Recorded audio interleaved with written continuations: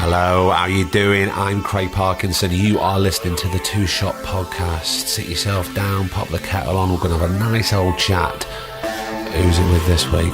I'm going to tell you right now.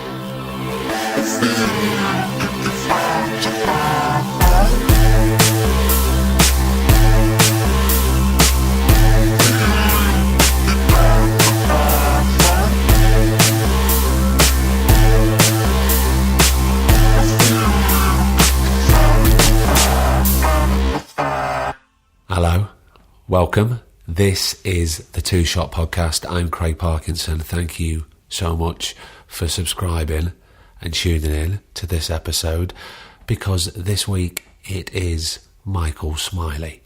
Now, if you don't know who Michael Smiley is, shame on you. Go and have a look at a brilliant film directed by Ben Wheatley called Kill List. It stars Neil Maskell also. It's a fantastic film.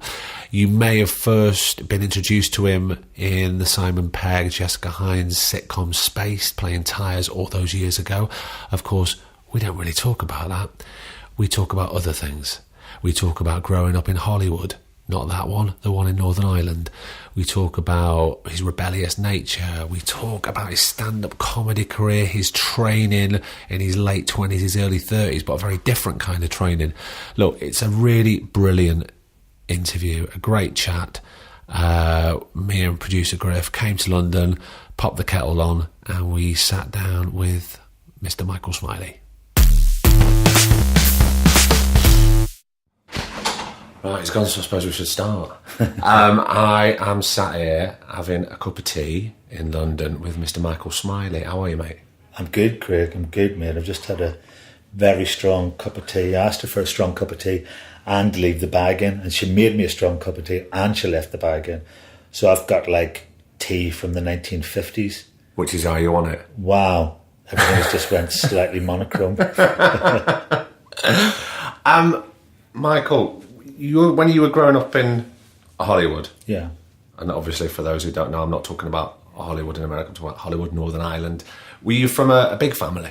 No, there was three of us. There is three of us. There's my brother John, who's 8 years older than me, and my sister Colette, who's 6 years older than me, and then me. So there's a three of us just. But my mother comes from a big family. Right. My dad comes from, there's four of them. And what did your parents do for a living?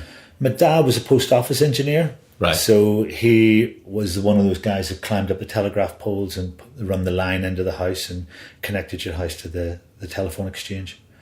So he did that around Northern Ireland, mostly in the County Down, County Antrim area. Right, okay. But he would go further afield depending. I think they were sort of assigned certain areas, so that was perfect for him because my dad was a big talker. And he would go out and just, speak to farmers all day and put lines in for them and stuff.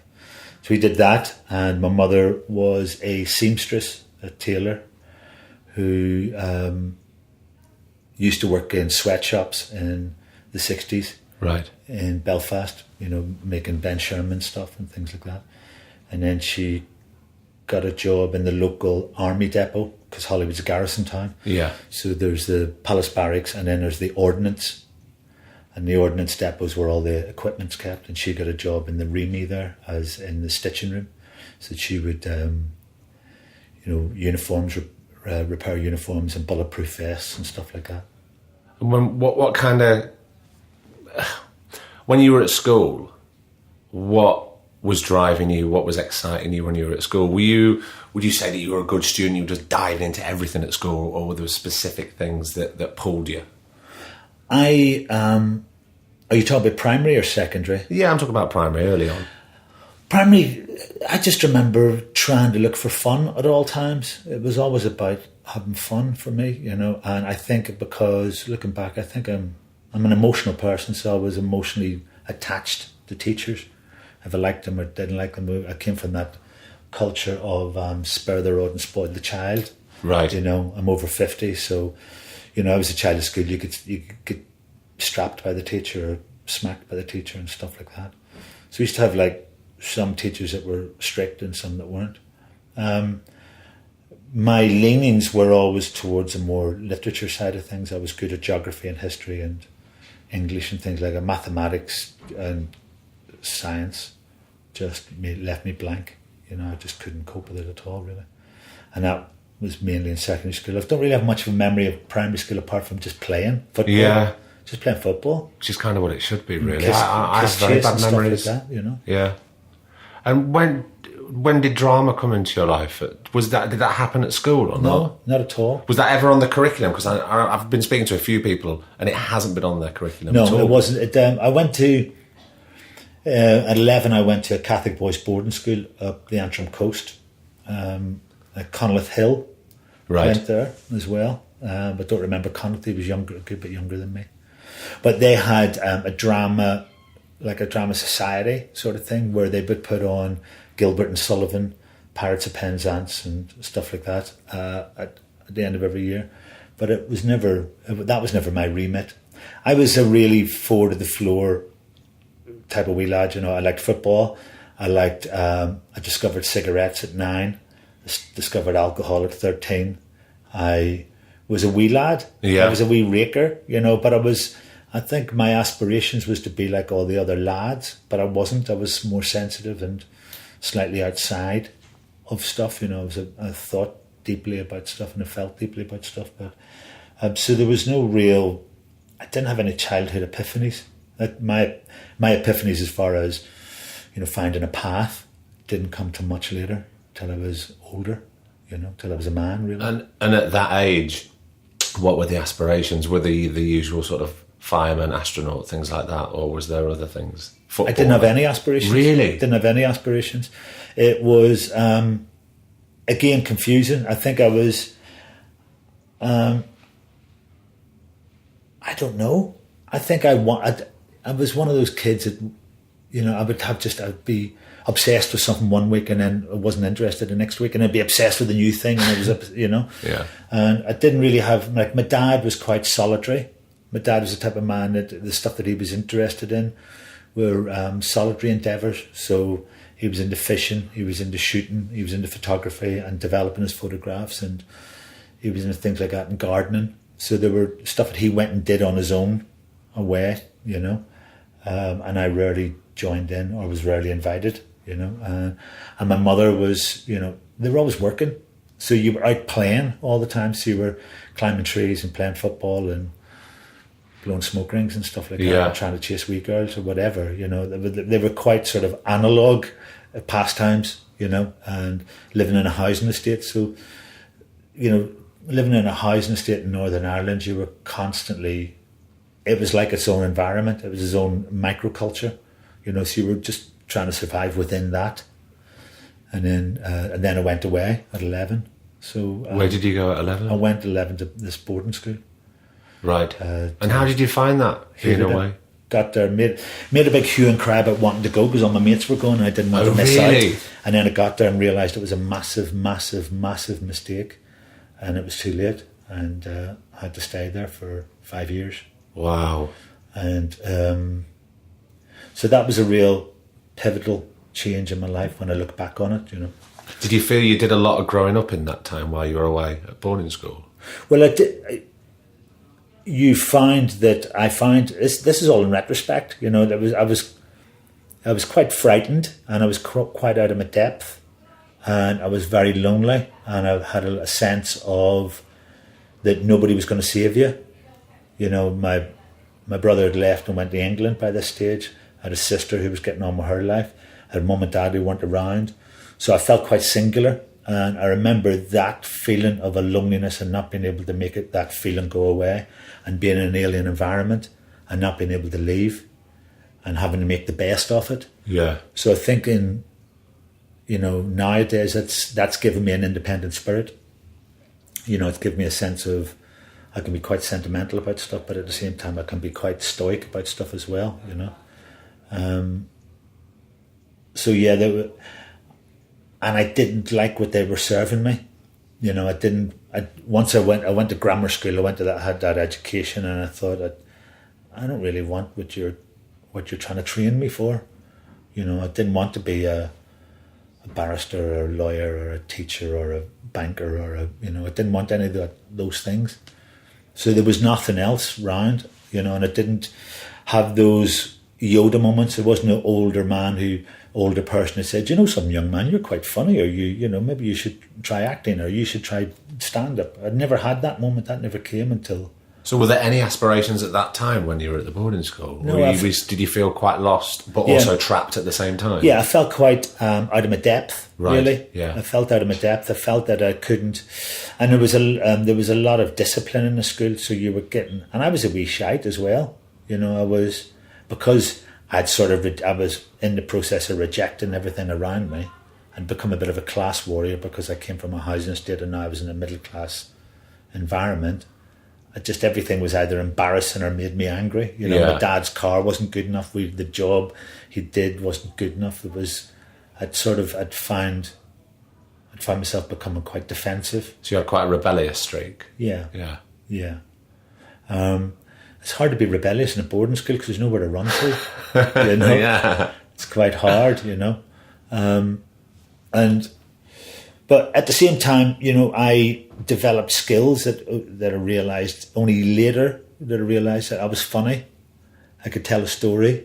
What age did that come about? How did that come about that you realised that you could spin a yarn and tell a joke? Well, I could make my dad laugh, and I could make my sister laugh uncontrollably. And that was something that I used a lot. And I gathered a lot of jokes. You know, in the primary school, I remember... just gathering jokes. I could tell you like 20, 30, 40 jokes at a time. And I remember being able to filter jokes that I thought weren't funny enough, and I became quite a snob about what was funny. Right, yeah. And if I could make my dad go, that wasn't good enough. I wanted him to burst out laughing, you know. Of course. And I remember looking back again, this is all in hindsight really, thinking about, you know, watching the stuff that really made him laugh and trying to work out what it was on an emotional level, not on an analytical level. So I could watch him watching Droopy, for example, cartoons, or Bugs Bunny, and watch him cry with laughter like a child, and yet he was quite a stern person when he turned. But when laughter came in, all that facade went away. Yeah. So that was my key to my relationship with my father, was making him laugh, which I was desperate to have. Was a relationship with him, you know. And he was a fatherless man. His dad died when he was 7. So I think he was quite lost as a dad, how to connect outside of your duty. You know, within his duty, he was an amazing man. You know, all the hours that God sent, he worked and he done whatever needed to be done. But those little extra bits that we can do now with our kids, or that we take sort of for granted, he struggled with, you know. That connection. Yeah, just be, you know, and he could be philosophical about stuff and work out why. And I remember him saying to me, I never had a dad, I don't know what it's like to be a dad. And me thinking, you know, when I was thinking that was an excuse. When I was, you know, pubescent and rebellious, just thinking I just make an excuse. And now he's dead. I realise that it's him. He was trying his best to be truthful. He was trying his best to get across to me that the fatherhood and manhood was, you know, it's a confusing time. Just because you're older and your voice is deeper doesn't mean to say you know everything. Well, you know? No. And you know, now I know that. Well, I suppose if we're really honest with ourselves, especially in what we do, you know, one of the great things is we never stop learning. Yes. You know, from who you work with, from job to job, and you have to play around all the time. And, you know, going back to what you were saying at primary school, the great thing is you had fun. We were playing. Yeah. And we used to get the things like, you know, I came from my parents moved at the housing estate, and it was that which happened all over Great Britain. You know, they cleared out the slums and they built these housing estates on the outskirts of towns, and they moved people from the inner city to the outskirts of those. You know, every city's got that. You know, and so the people that moved to this housing estate, it was brand new houses, and they'd come from a culture of you left your front door open, you knocked on the doors, and you went in and out of each other's houses, and you were borrowing stuff and that. So they brought that to the housing estate. So on a Friday and Saturday night, my parents and a group of their friends would go up to the centre of Belfast and go to a dance or go drink, and then they would come back to the house with a carry out and fish and chips, and the sister would be babysitting and the kids would be dragged out of bed, and you know, if you could sing or you could tell a joke or do a wee dance, you were put in front of the fire to do a song and a dance in front of the adults. And that was my ticket to ride. I could stay up late. So was that also where the first sort of performing thing started? Yeah, definitely. And if you were rubbish, they would tell you. So you know what I mean? If you were shit, they'd go, that's rubbish. That. Anybody else? You know what I mean? They were brutal. So yeah, I would sing and tell a wee story and, you know, tell a joke. Or, any jokes on, Michael? And I'd get up in front of and I'd try and tell from a chair. You weren't like, get up in front of the fire. And you'd have to do it in front of the fire. So then years later when I got into stand-up, that was, you know, it was... I remember being 8 or 9, walking along the street with my dad and thinking of a joke and saying to my dad, is this funny? And my dad said, what is it? And I said, I'm a Catholic Buddhist. I've got all the guilt, but I rise above it. And he pissed himself laughing. And he went, where'd you hear that? And I said, I've just thought of it. And he went, no, you haven't. And it was like, yet again, to be dismissed for that. You couldn't have thought of that. Yeah.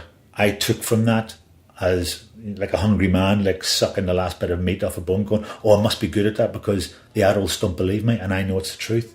So I'm going to hold on to that one. That's a very mature gag for a... And that became part of my routine when I was doing stand-up. Did it? Yeah. So can I just go back to boarding school? So what age did you leave boarding school? 16. Went to College of Business Studies in Belfast, which was another disaster. I got asked to leave.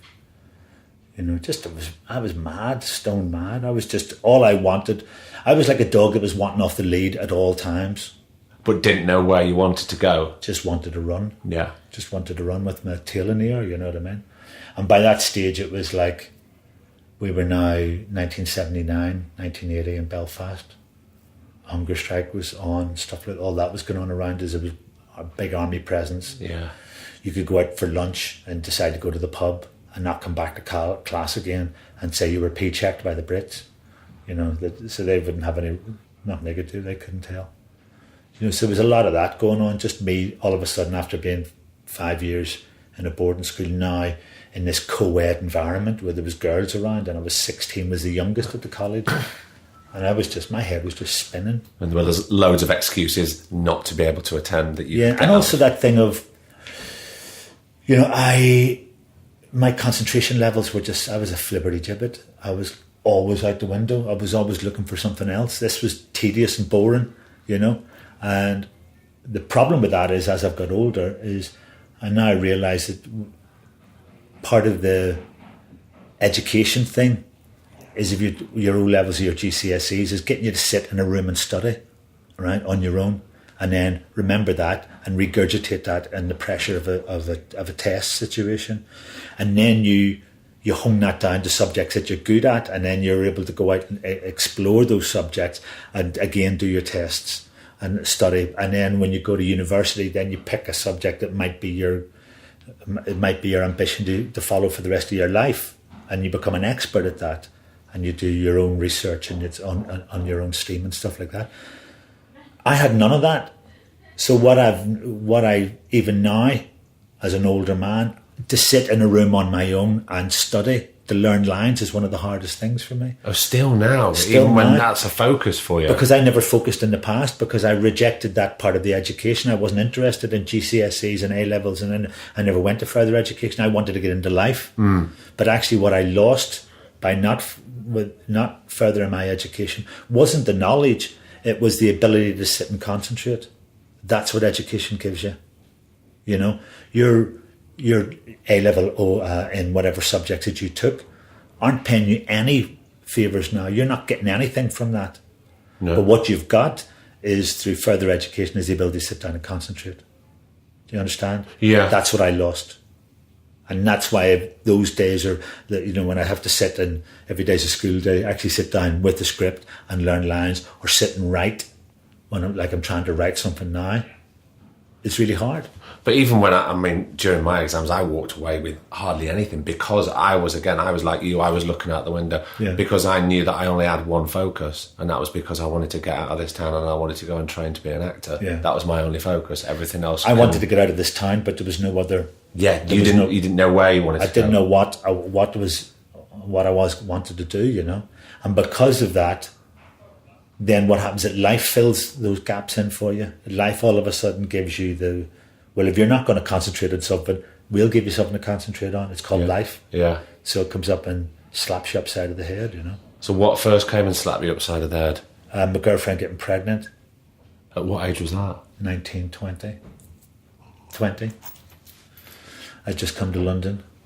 Came to London in 1983. And what were you doing for a job at this time? On the dole. Right. Dole, it was the 80s in London. There was no work. There was nothing. It was... I was living at home with my dad, and it wasn't going well. I'd been all that time of being away. We were now not used to each other, and now I'd come back at 16, 17, 18 years of age. This young mad buck that my dad was just like, you know, the thing that you fear, you know, is your young, strong son turning up. My dad just, we didn't cope with each other very well. Did they feel that you were out of control? I think they felt that they rightly felt that I had screwed up my education, you know. They rightly felt that. And also that I'd wasted their money. Not that they would have said that, but I knew for my shame and my guilt was that I had wasted their hard-earned money, you know. And they didn't have any money. We lived in a council house. They were a post office engineer and a stitcher, and all of a sudden they're having to have their wages to send this. They must have seen something in me that they must have seen the intelligence and the application in me that this wee lad's got something, but didn't know what to do with it and didn't know how to. So they facilitated my dreams, and my dreams were just flibberty-gibbet dreams. So bless them, you know.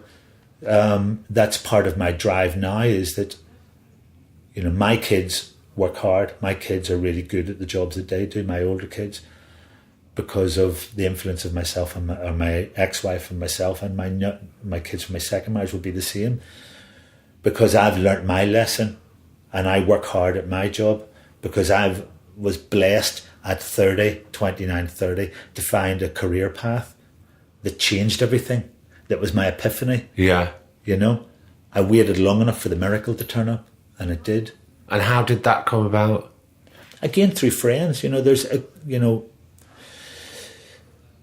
you think about, I've wasted my life. You know, I've wasted my life in my teenage years, and I wasted my 20s. I got my girlfriend up the duff. I was homeless. I pissed my career up the wall, or my education up the wall. It disappointed my parents. It stole their money off them. You know, it done all, you know, as far as their school fees, it done, you know, and ruined it all for them. You know, this, and then.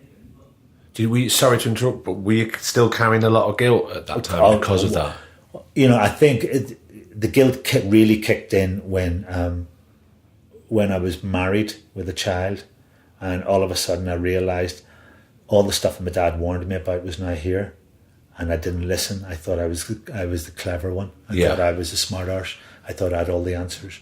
And now life has slapped me upside the head, and my dad's looking at me going, like, I remember him saying to me when I held my son Dylan in my arms, and said, and that the day he was born, and said to my dad, "What do you think?" And my dad looked at me and he says, "Aye, son, the toothpaste out of the tube now. You won't be pushing that back in again."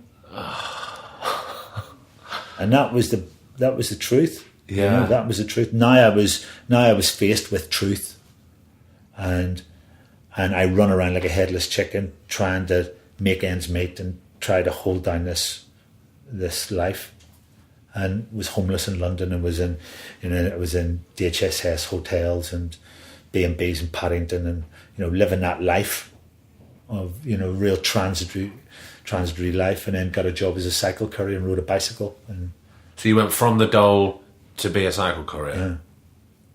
Yeah. And went out on the streets every day and just earned. Because you were earning money. Did you feel you had to do a lot of growing up in that time? Because you went, right, I've got a kid now, I've got to provide, or were you still that kid looking out the window? Yeah, I was still the selfish wee lad who still wanted it all. You know, I was still the selfish wee lad who was, but my mates are still out partying, so I'm still going to go out partying. You know, I had that selfish gene in me. You know, it was that addictive gene in me that just was had a compulsion to carry on, you know. But what I didn't realise was that actually what I was doing was it was a silent apprenticeship that I was serving that eventually would pay dividends, you know. So I was very social. I was out all the time. I was in pubs and clubs and kind of clubbing and raving and cycling, and, you know, I had loads of mates. And in my first marriage, me and Marily's, we had loads of friends who were from all over the world, you know. When we came to London, we stayed in these B&Bs in Paddington and Lancaster Gate, and in these hotels there was people from all over the world. So those people with their perceptions of you were now exotic. I wasn't exotic in Hollywood, you know, as much as I wanted to be and wanted to be special and different. I was just another gabshite, another buck agent. But here, I was something special and exotic, you know. Did you like that attention? Loved it. Absolutely loved it. I love the anonymity of London. Love that sense of, you know, anything could change. Maybe it's just around the corner. Something's just around the corner. Had that sense of something. If I keep searching these streets, I'm going to find the place that's the epicentre. I'd done all my drinking in Soho. Or Portobello. I didn't go into the boring suburbs. I was in the thick of it. I was in the thick of it. Yeah. I wanted to be in the thick of it. I wanted it to splash on me. I wanted it. You know what I mean? But also that perception. Other people's perceptions of you, going, do you know what you do, that thing that you do? And you go, what thing? That thing that you do, that's great. Or that thing that you say is funny. Really? So the last person to recognise my talent was me. The last person to be motivated to do anything about my talent was me, because of that a sense of low self-esteem born out of, you know, screwing up my mother and father's opportunities they gave me, and, you know, being silly enough to get my girlfriend pregnant, and, you know, all that low self-esteem that had seeped into me, and the guilt that I'd ruined stuff. I couldn't see that through that. To me, the essence, what was my essence? So eventually I started listening to people who I trusted, friends who were from other parts of the world but just happened to live in London. So how long were you being a cycle courier before you went, right, I'm going to do some stand-up comedy? 10 years. 10 ye's. And what was the thing? It couldn't have been just self-motivation. It was a friend of mine, Stuart, who had aspirations as an actor, right, and it hadn't worked out for him. And he was a very talented china restorer, and he lived a very solitary life, still does. There was a courier magazine called Moving Target, and I used to send anonymous letters into them, winding up various, because it was out amongst the courier community, right? The courier community. So I used to send these silly stories in, and then I applied to be, can I write for you? And the guy Buffalo Bill, who's still out and about, he went, I've been sending those anonymous letters in. So anyway, I started writing for him, and I ended up getting my own column and writing these funny, I had my own page, and I'd do stupid reviews of sandwich shops in the area and stuff like that, you know. And then I showed it to a friend of mine, Kim, who worked for the BBC. She was the secretary to Harry Thompson, God rest his soul. Yeah. And he was the producer on Weekending. Do you remember Weekending? I do. So they had a slot for non-commissioned writers.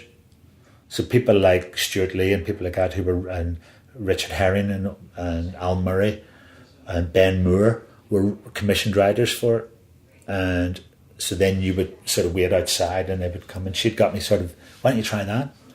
And I got a couple of jokes on and got paid for them, which was enough for me to think, maybe I've got something in this. Wow, so that really spurred you on. Yeah, and then Stuart said to me, you should do stand-up, man. Do stand-up. You're always being like this in the pub.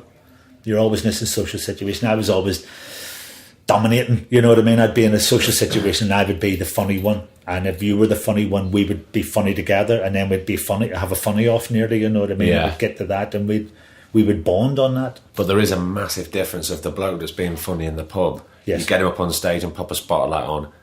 Yeah. He ain't funny. But then I did get on stage and I was funny, and that was my epiphany. I had a moment. I came off stage that night and I thought, everything's changed now. Everything's changed. I found something. I couldn't sleep. Was the adrenaline just pumping through you? Roaring through me. How long was your first set? 4 minutes. Was it just an open mic? Open mic at the VD clinic in Belsize Park. Now I may have completely got my research wrong, or it might not be true. Did somebody want you to do it as a bet? Well, it was a sort of a bet, you know. The shorthand is yes. Right. The longhand is Stuart persevered with me, and he, you know, he'd signed me up for courses and stuff like that, and I just wasn't really interested, you know. And he just kept persevering, bless him, you know. And he said, look, there's this. So he would say, look, I found how you do this. Time out. They have open spot nights. You ring up. You know, what you should do is ring up and see if you can get on. And I went, all right. So I rang this place, a VD clinic, from Stuart's flat. And the guy, Kevin Anderson, who's married to Joe Caulfield, who's a stand-up. Yeah. And he's a gruff sort of Clash fan. You'll still get the flat top and leather jacket, you know, from Scotland. And he said, we're full up this week. And I went, well, and Stuart, come down. I said, well, can I come down and have it? He said, yeah, all right, well, I'll put you +1 on the door. Come down. So Stuart says, you should, we went down to the gig and Stuart says, you should try and get up. You could do this. And I go, all right. Well, he said, go on, bet you get up. I mean, all right, I'll get up. Sorry, I'll get up next week. I'll see if he's got a spot next week. So Kevin had let us in. We're standing at the bar, and then he came past me and he went, what did I say to you? And I said, oh, you said you were full this week, but you might have a spot next week. And he said, all right. He went away and he came back and he says, somebody's dropped out. You're on first after the break. And that was it. When he said that, did your heart go into you? My arsehole started playing the clarinet by that stage. Acker Bilk, Stranger on the Shore. It was just because you know that's it. It's like a sky jump. It was like it had that feeling of, oh my God, that's it. I think it was Will Smith said something. I read somewhere the other week where he told a story that, you know, you're sitting around with your mates and you talk about, why don't we do a sky jump? And everybody goes, yeah. And then you say, yeah, okay, I'll do it. And then that week later turns up, and the night before you can't sleep, and you're full of fear, and you get you get down to the airport, the aerodrome, and then you get into the plane, and you're full of fear, and you get up to the top, and then you open the door, and it feels like you're miles up, and you're just catatonic with fear, and next minute you're out, and you're through the fear into bliss, and that's where it is. You're in bliss. Yeah.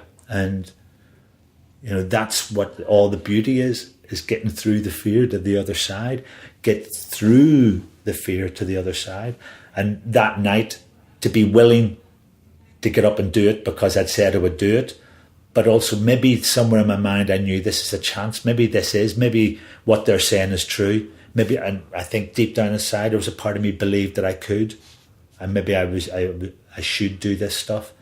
And I got up, and I made a joke about spotlights being in my face, makes me feel homesick, and everybody just they're on your side immediately. There's an explosion, which was a bit like standing in front of the fire in front of my man and dad's drunken mates, making them laugh. Yeah. So I knew I was in because I knew there's a purity in that. People aren't laughing.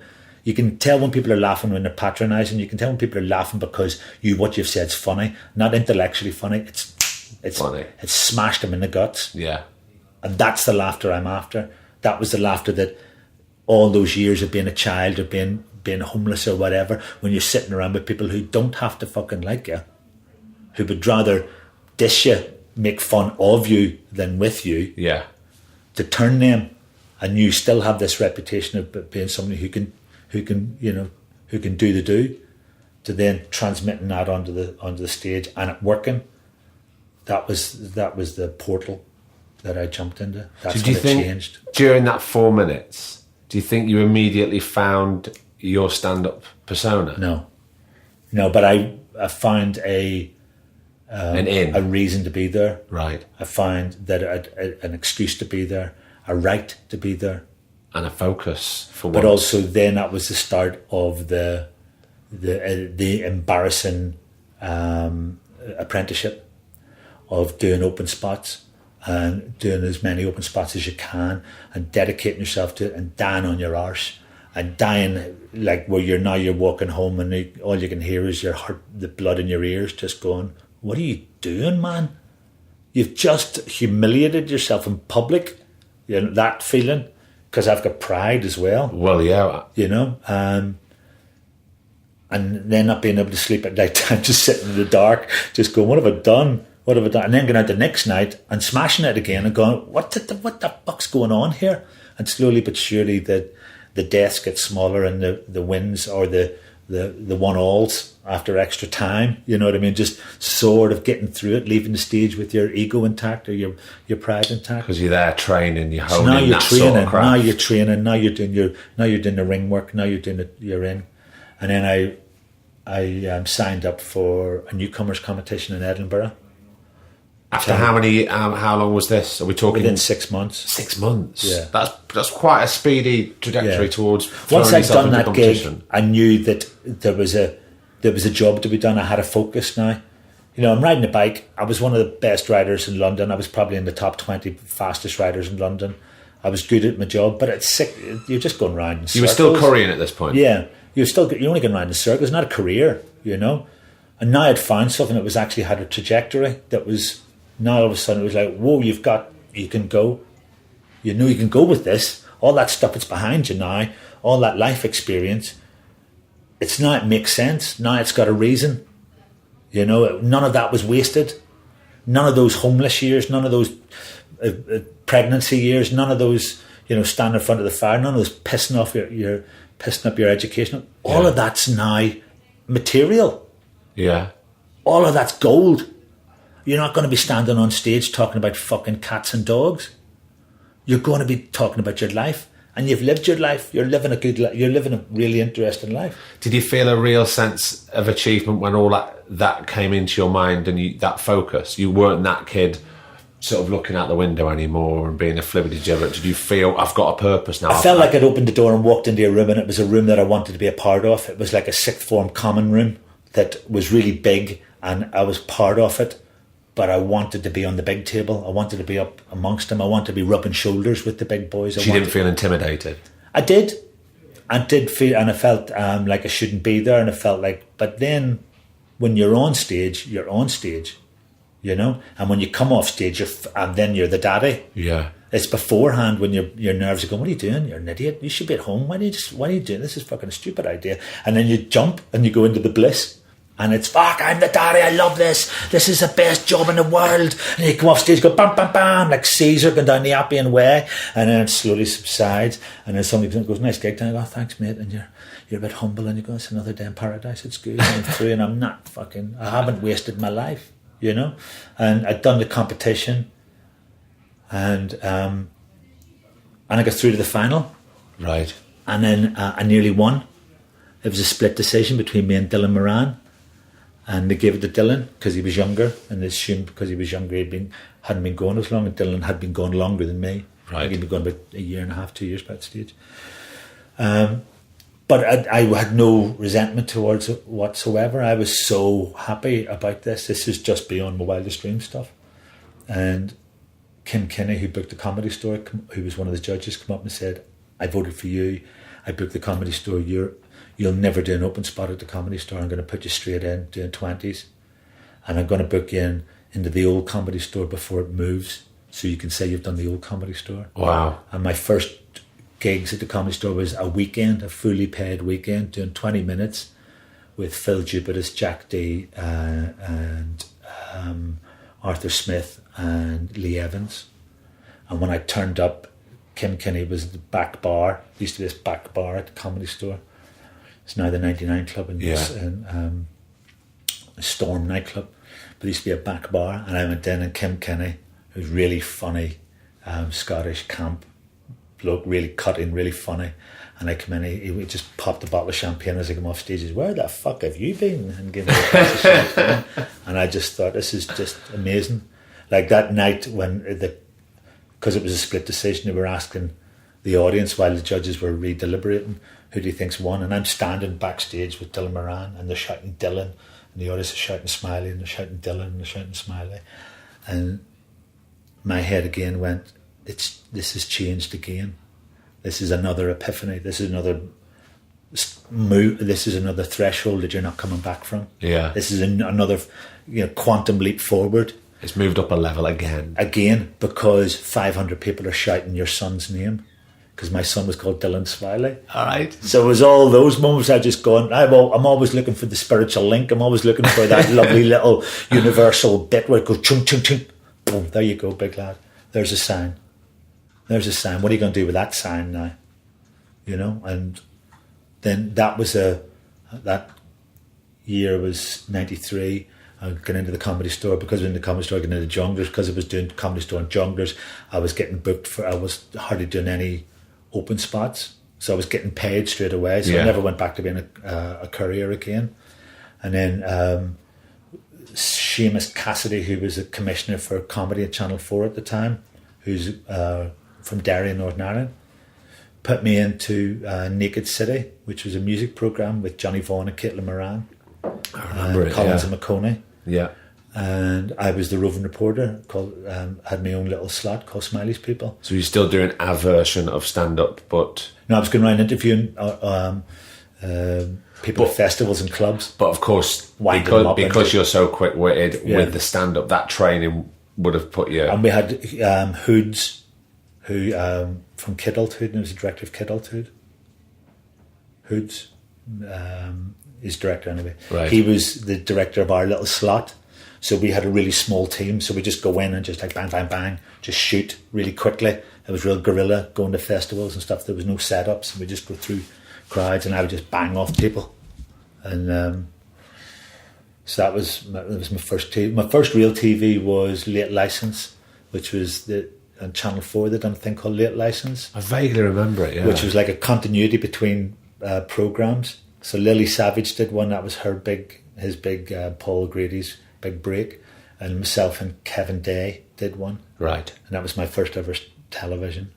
So with no aspirations in the arts whatsoever, you've gone from being in a boarding school, moving to London, cycle courier, stand up, and it's gone really, really well. When did the acting thought come into your mind, or was that something that was thrown at you?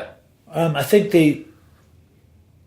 because, again, getting into performing older, because my material was based on my experiences. Yeah. As my dad used to say, tell the truth, it's easy to remember.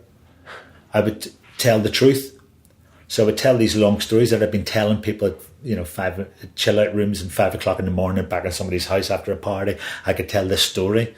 And I knew I could entertain people monged out of their tits. So I could entertain a room full of people. So then I went from condensing that down into something that was sound bites for a stand-up gig to expanding it to a one-man show in Edinburgh. So I used to take these up to Edinburgh. They became slightly more dramatic every time I brought them up. And I would do characters. I would play my man, I would play my dad, I would play my aunts and uncles. So then that was becoming more... I was starting to get excited about the potential of one-man plays as opposed to one-man shows. Right. Were you at any point were you starting to feel unfulfilled with the stand-up, or was it just that it was just taking you in a slightly different direction? It was there. I think with stand-up for me as I got older was not as fulfilling as I wanted it to be. Right. I really enjoyed being on stage, and I really enjoyed the moment of being a stand-up comedian, but everything around it I found pretty boring. I loved hanging out with people, I loved being the life and soul of the party and all that, but it felt slightly like being a cycle courier. It felt like you were going round in circles, unless you were wanting to convince somebody at Channel 4 to give you a show for television or radio, but then that's not stand-up then. No, of course. So, and also as I got older, I was realising that I'm a storyteller, and I was living, by that stage, my wife and I had split up, and I was living in rented accommodation in North London with Simon Pegg and Nick Frost.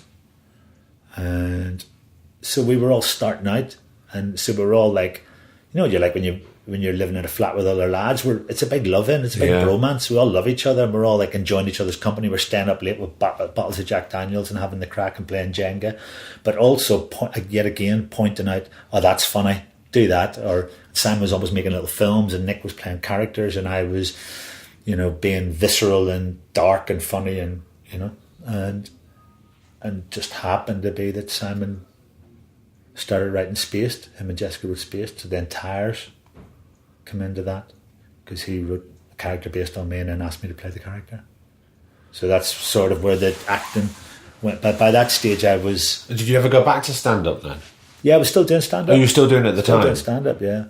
But I'd written a trilogy of plays that had taken up to Edinburgh. 97 was one called Confessions of a Catholic Buddhist, which was like a storytelling show, sort of based around standing in front of the fire. Right. And then the second one was called Recycling, like cycling, about a slightly Beckett-esque courier waiting for a job that doesn't turn up, and he's speaking to the audience about his life as a courier, you know, about a man who's too old for the job. And then the third one was called The Parting Glass, which was about a man left behind at a wake, and it turns out he's the dead body, but he tells his story. Right. So and each one became more theatrical and more dramatic, and I had a director, and I had props and stuff, and you know. The first of those plays with that title, obviously that takes us back to when you were 8 years old and you're working with Dad. Did you find doing that play and writing it was there something of a cathartic experience with that? Very much. But also not writing it. You know, I've always had a problem with writing stuff down because, but getting back to that, you know, not being able to concentrate. You know, I'm married to a writer, and she's upstairs writing and editing all day long. You know, that's what she does. Whereas if I write 500 words, I want to get a taxi into the West End and tell everybody about it. You know. Yeah. So when I write stuff, I don't want to edit it because I've written it, because the lazy bastard in me doesn't want to change it, you know. So what I have is the ability to be oral. I've got the oral tradition of what I would say the Shanachie of the Irish oral tradition. So my plays, I never wrote them down. So I would have a framework and then have the subject that I was talking. So the more I did them, I knew where I was going with the story. But I would embellish the story as I went along, or I would edit it down. Because the stand-up in me wants to find the holy grail of the tightest sentence, the quickest line to the joke, because I've got a Belfast sense of humour. So it's the shortest distance between the setup and the punchline, you know. And even letters, and just take all the watery, take all that, all the flop out of it, the flotsam and jetsam, get all that out of it, and get the meat, get onto it, get a ping, you know. So because of that, obviously it was evolving, and it was obviously changing every night then, really. Yeah. And it was getting tighter and tighter and tighter. So actually but if I'd written it down before Edinburgh, it would have stayed like that, and it would just become a packed every night theatre. Which you probably would have been bored of very quickly. I'd been bored shitless. So then I would have had to find a place to pretend that I wasn't bored. Whereas, and I'm terrible at pretending I'm not bored. You know? Yeah. If I'm bored, I'm fucking bored. You know? I am what I am type thing. So by the end of Edinburgh, I had this jewel that I'd whittled and got beautiful. You know? Got that. Let's do another one. You know?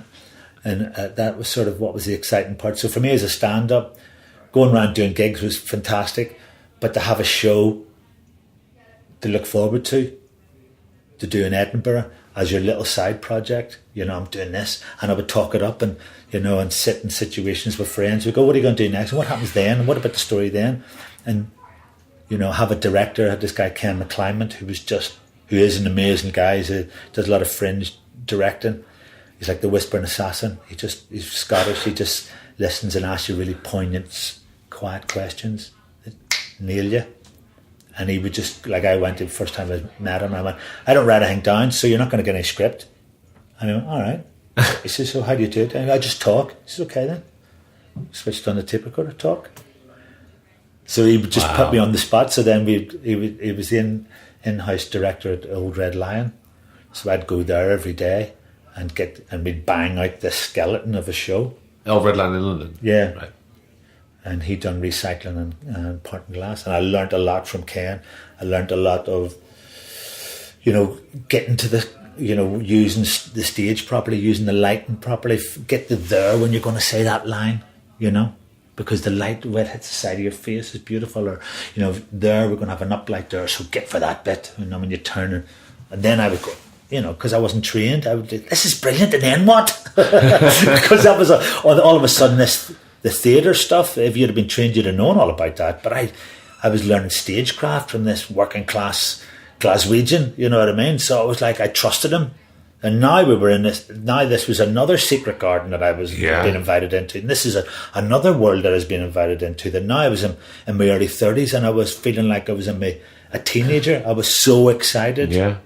But you were getting your training, albeit in a very, very different way, because you'd had loads of stagecraft from that stand-up. Yeah. And now you're getting it in a completely different way. In 10-year cycles, actually, I was getting exactly what I was needing. The universe was giving it to me. So I wasn't ready to find my place when I was a teenager. I wasn't ready to find my place in my 20s. I was ready to find my place towards the end of my 20s and in my 30s and in my 40s. That's when, my dad used to say to me, do you have to paint you a picture, wee lad? And you do. I need to have pictures in my head. Yeah. I don't have theories. I have practice. I have, so, and I get really enthusiastic about stuff. Like I'm talking now and I'm coming back. I'm time travelling back to those moments. I'm going up to the old Red Lion and having just scraps of paper and going, what about this? And him going, right, give me 10 minutes on your day. And me just standing free-forming. And right, we'll put that with that. And him having little post-it notes up on the walls and just creating something. And then taking it up to Edinburgh and people giving you a standing ovation at the end of the first night going, Jesus, none of this is, I can do this. I can do this. And during all that, that's you've got so much control over your material, what you put out, when you put it out, how you put it out. But now you're an actor. Yeah. A lot of that control is taken away. Yeah. You can't really decide when you do that television programme or when you do that film. How do you deal with that? Because I was talking to somebody, I feel it gets harder as we get older. Even though, however much more successful you get in your career, it does. The sense of control is what I'm trying to get at. Yeah. How do you deal with that lack of? Well, I think you've got to find another thing. You've got to find another string to your bow. I think if you're an actor who's just waiting for jobs and you don't do anything else, then it's going to drive you insane. Yeah. If you've got something to take yourself away from that, well, I'm sitting by the phone, nobody's called. Yeah. How come every time I call my agent and put on hold, he's talking to somebody else, giving them the job type feeling, you know what I mean? How do we get away from that? And I felt when I got into acting properly, when I got an acting agent and I started going for auditions properly and started getting cast for stuff, I thought I will give myself to this just like I gave myself to the cycling, just as I gave myself to the stand-up. I don't do anything but this. I remember saying to my agent at the time, she says, what do you want? And I said, well, I don't want to be wearing a chicken suit and dancing around blue water, but, I'm going to say no to you very little because I want to trust you. So what we're going to do is have a basis of trust. We're going to start from here. I'm going to trust if you said it's good, they'll go with it. And you've got to form that relationship as well. And also see it as an apprenticeship. Yeah. So, do those things, learn your lines, turn up, be of service on set. Don't be a pain in the arse, don't be distracting people, but also don't be demanding, just get on with your job, be an asset, be part of the solution, not part of the problem thing, But slowly but surely, over the years, I can feel my sense of the old me as a stand-up who had the Edinburgh show to look forward to coming back again, and people saying to me, you should write a book, you should write a film. When I get into social situations, I'm sitting talking, people going, why aren't you writing this down? Type thing. Yeah. And I've always farmed that off by saying, well, I don't feel it's right yet. I'm not going to do it because you want me to do it, because I've never done that. I've always done it when the time's right for me in the universe. Even back to those days when you were a kid and people were telling you, oh, that's funny, you're funny there. Yeah. Or you should do your homework, or, you know what I mean? Those things, I was always quite, if you told me what to do, that would be the thing I wouldn't do. Of course. Because you're frigging telling me. Nobody tells me what to do, type thing, which means you end up cutting off your nose to spite your face. So actually what you learn is You know, what am I good at? And who are the people who are going to teach me? What am I going to learn the most from? So then I had that. I've been writing on and off, you know, chunks, 5 pages here, or a story will come into my head, and you know, I've now over the past year or two, I've got a real urge to get a story out. And as you know, I'm co-writing a film with an amazing actor called Susan Lynch. Amazing. I must introduce you to her. I think you still get on, actually. Do you think? Yeah. Are you still single? Maybe that's for another podcast. Okay. She's a lovely woman. So I've got this, and I've got the same excitement that I had when I was writing my Edinburgh shows, but I know it's a longer process. But it's also now I can find myself when I'm sitting on the tube, or I might ride my bicycle, or I'm walking down the streets, I'm thinking of the character and I'm making a note, and I started writing, and I thought, well, how can I do it? If I sit with, you know, Final Draft, I bought Final Draft, I've put it on my new MacBook Air. Well, there's not a start button where the thing just starts writing for you. You've got to friggin' write the thing, right? So then I start going, character, oh, fuck this, right? So now what I've done is I've got a hardback notebook, and I'm writing it longhand. Right. From start to finish. I'm writing it. And I've, so far, for my character, because it's 2 characters in the story, it's male and female, so I'm writing the male character so far. So I've got him, he's on this journey, and I'm writing about him, and then I've went, there's bits that should have went in there, but they become flashbacks, so now I'm finding a way of facilitating how I go about it, instead of saying, you're wrong for doing that, you need to do it this way. I'm actually saying to me, no, if that's the way you do it, then that's the way you do it, son. Like I would say to my 6-year-old daughter or my 11-year-old son, if that's the way you want to do it, mate, you go about it, because that's your journey. Yeah. You know? So then when I do that, I can sit and get that and transcribe it up onto the final draft, and then that'll add stuff, and I'll edit that as I'm going along. But I need to do that physical pen on paper and notebooks, and because I'm still quite analog, I still quite enjoy that. Getting a nice pen. Yeah, of course. Getting a nice pen's gorgeous, man. Getting a nice bit of, you know, getting and losing yourself in rhymings for an hour, you know what I mean? That sort of things I get excited about. Because I love my clothes and I love my stuff. You know, I've always been into my style and my fashion and my music. And, you know, you were saying, what was your aspirations? You know, I loved dancing. I'm a good dancer. You know, I loved music. I loved my clothes. My life was full of so many things that there wasn't time to have some career path. That seems so, you know, that too well thought out, I suppose. Contrived. Yeah. And that was too poncy. You know what I mean? That wasn't true to me. You know what I mean? Yeah. So even though I'd had a middle class education, I was a working class kid who all of a sudden you don't get above your station. Look at him, you know what I mean? That sort of attitude where what is in your heart? Do you feel fulfilled now in the path that you're on? Yeah, I do. I feel blessed. I don't know what fulfillment is really. I don't have, my angst isn't, you know, overriding, and it's, you know, it comes and goes. Feelings pass through us, don't they? Yeah, of course. You know, like you can have as many feelings as you want. Just, you know, leave the back door open, let them pass through. Don't let them sit down and make a cup of tea. You know what I mean? Just let feelings come and go. Feelings aren't facts, you know. They're just feelings. So I can easily feel, you know, I was pissed off downstairs because I couldn't get that cup of coffee in that Ponzi shop. You know what I mean? But that's just a feeling, you know. And I could, in the old days, I could have let that be the flavour of the day. Yeah. How I'm going to be today is and that. How it can fester. Why are you so pissed off? Because something happened at 7 o'clock this morning, and I've decided that's my, you know, that's my episode. Yeah. In the sitcom that is my shit life. You know what I mean? That would ping up on the screen. You know, bad coffee day. Yeah. And off he goes. Our psychopath has a bad coffee and started killing again. You know, that's shit. You know that. So I recognise, you know, I've done interviews for a while now where I've been asked about my life, and I feel that these help me recognise the path that I'm on. Yeah. You know, and I can see back and go, yeah, you are blessed, mate. You've been blessed. It's not luck, it's blessed.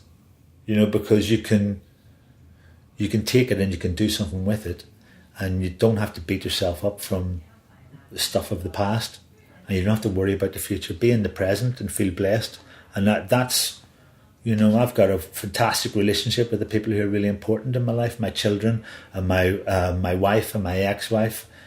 That's my extended family. My ex-wife is godmother to my 2 youngest children. You know, those are real loving people, my wives, and what they see in me is what I don't see in myself, you know, and that's a blessing. You know, I'm blessed to have beautiful people around me and good people. So my duty is to be good to myself and keep moving down this line. You know, the fulfillment side of it, I don't know what fulfillment is really, unless I'm like a fat Buddha, you know. And on that image, Michael Smiley, thank you so much, man. Thank you, Craig. Thank you, mate.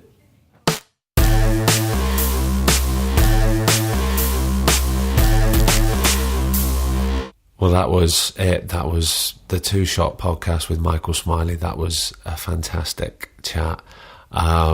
He's such an open guy. He's very easy to sit down and talk to. I got a lot out of it. I hope you did. I hope you really, really enjoyed it. Look, I know you're probably going to be bored of me saying this, and you're probably already doing it. But look, if you're not, hit subscribe. Tell people about the Two Shot podcast. Me and producer Griff do this. It's totally self-funded. We don't have any sponsors yet. No, we don't have any sponsors. But look, follow us on @2shotpod on Twitter, on Instagram. You can find us on Facebook, the Two Shot Podcast. You can also follow me at cparks1976 on Twitter. We're on Acast now. We're on iTunes. You know all that. What else have I got to tell you? Oh, hello. What's that? It's the door. Who's at the door? It's the spicing box. I can't say it. I fucked it. I went really off-road. Just go on. It's the splicing block. It's www.splicingblock.com. Go check them out. They're the one that are helping us out with this podcast. What else have I got to tell you? Not a lot. Tune in next week for another fantastic episode. It's going to be very exciting. Trust me. See ya. The Two Shot Podcast is presented by me, Craig Parkinson, recorded and produced by Thomas Griffin for Splicing Block. Our brilliant music is courtesy of Then Thickens. Cheers.